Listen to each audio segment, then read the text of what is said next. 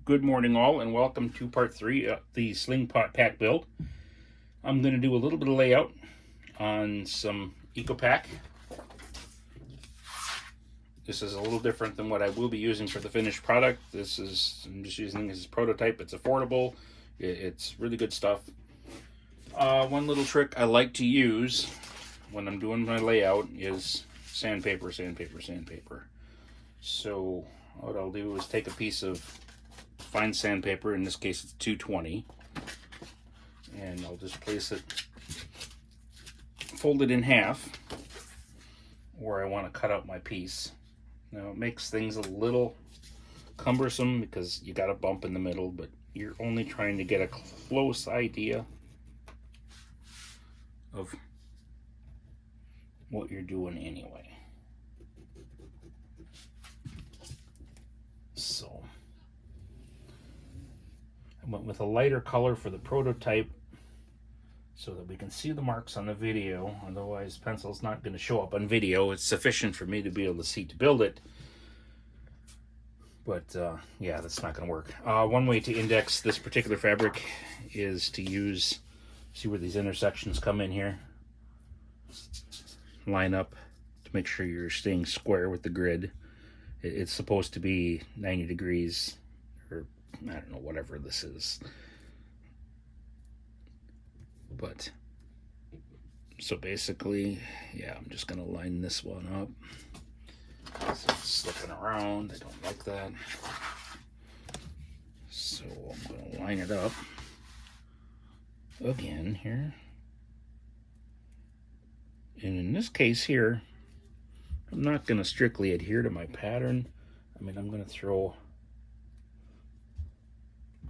a mark there and a mark there.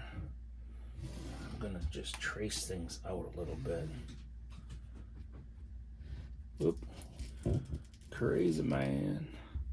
And then I can just throw a mark down here.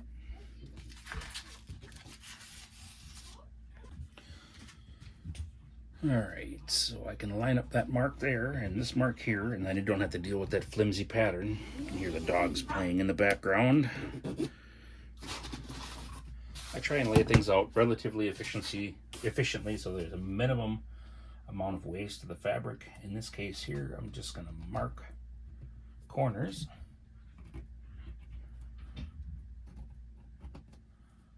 It's square, that's all I really need. And then I'm just going to connect the dots. So I don't got to use flimsy pattern. Like I said, basically I just use them for reference.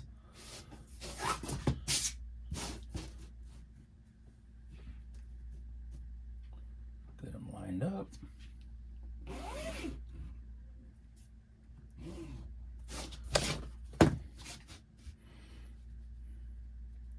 It's not rocket science, it's fabric, so close is actually good enough. So if you're into horseshoes, fabric is the thing for you. Okay, so there basically I've got my bottom, I've got my strap, and I've got my main pocket all laid out at this point in time.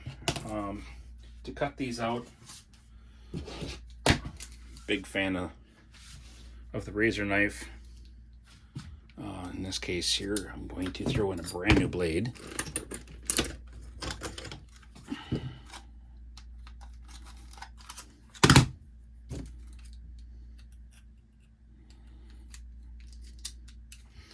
And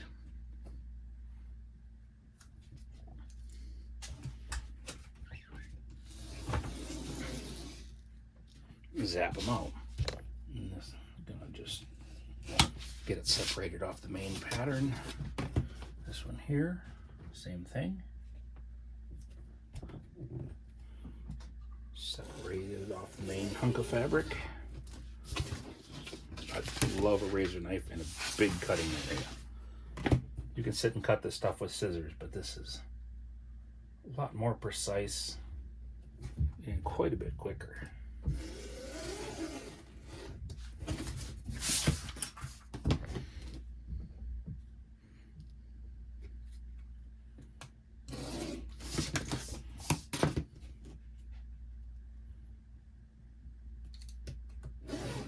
There's the bottom. If you want, and if you're not going to be working on it right away, a fantastic idea is to label your parts. So I'm going to go with there, bottom. All right. Okay, like I said, this here close is good enough. Miss Star in the background playing with Serenity. Little gremlin that she is. Cute little puppy. Alright.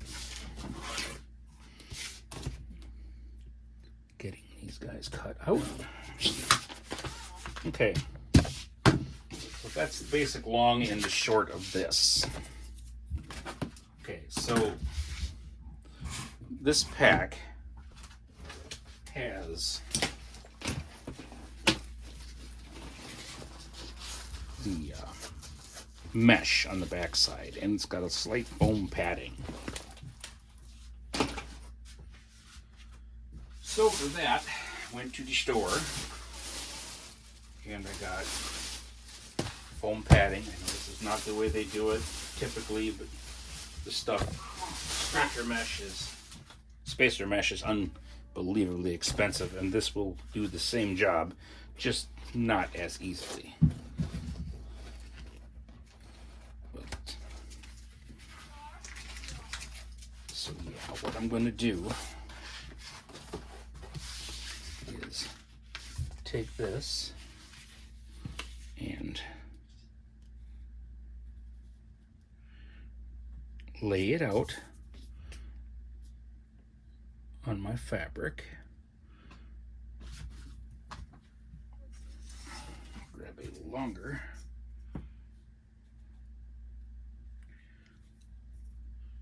measuring tool here, straight edge, and I'm going to zap that off, just like so. Okay. And because this stuff is so lovely, you can lay that back on there. It's a little tiny bit short, but that's okay. We've got seam allowances to contend with. And I'm just going to take and just trace. Like I said, it's a fabric, so it is not rocket science. Could be a little bit more rocket science than that. That's going to bug me if I don't fix that. Oh yeah, good job. Okay, here we are. Just a little bit more intelligence. Made the pattern for a reason. This is better to trace off of, obviously, because hey, it's our pattern. Just trace that guy out there. And then same thing, we're just gonna cut that. And cut this, like I said. Accuracy is nice, but does not have to be perfect. Okay, so we've got our outside face. I've got a little bit of padding there for that, padding and stiffener. And then I have this mesh fabric. Okay, so basically with this, oh, I do not enjoy working with this stuff.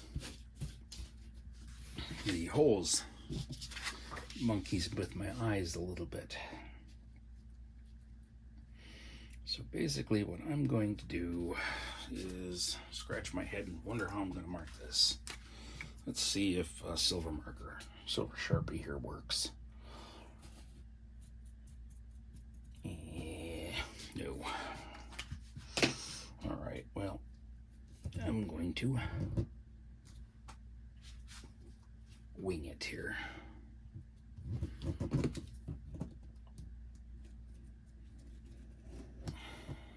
Sharp blade apparently gonna get away with this. That's all right. Now I'm not cutting right tight to my pattern. I'm cutting close. because I don't want to cut into my pattern accidentally. Sorry for my arm. Alright, what I'm going to do is grab another straight edge, and I'm going to lay it and align it right next to this one, and I'm going to remove this one and cut down. Then I'm going to grab another straight edge. Can't have too many. And I'm going to align it here, sort of, and cut that. And voila. That wasn't so horrible. Get rid of that fabric. So now we have our face layer, our stiffener and padding, and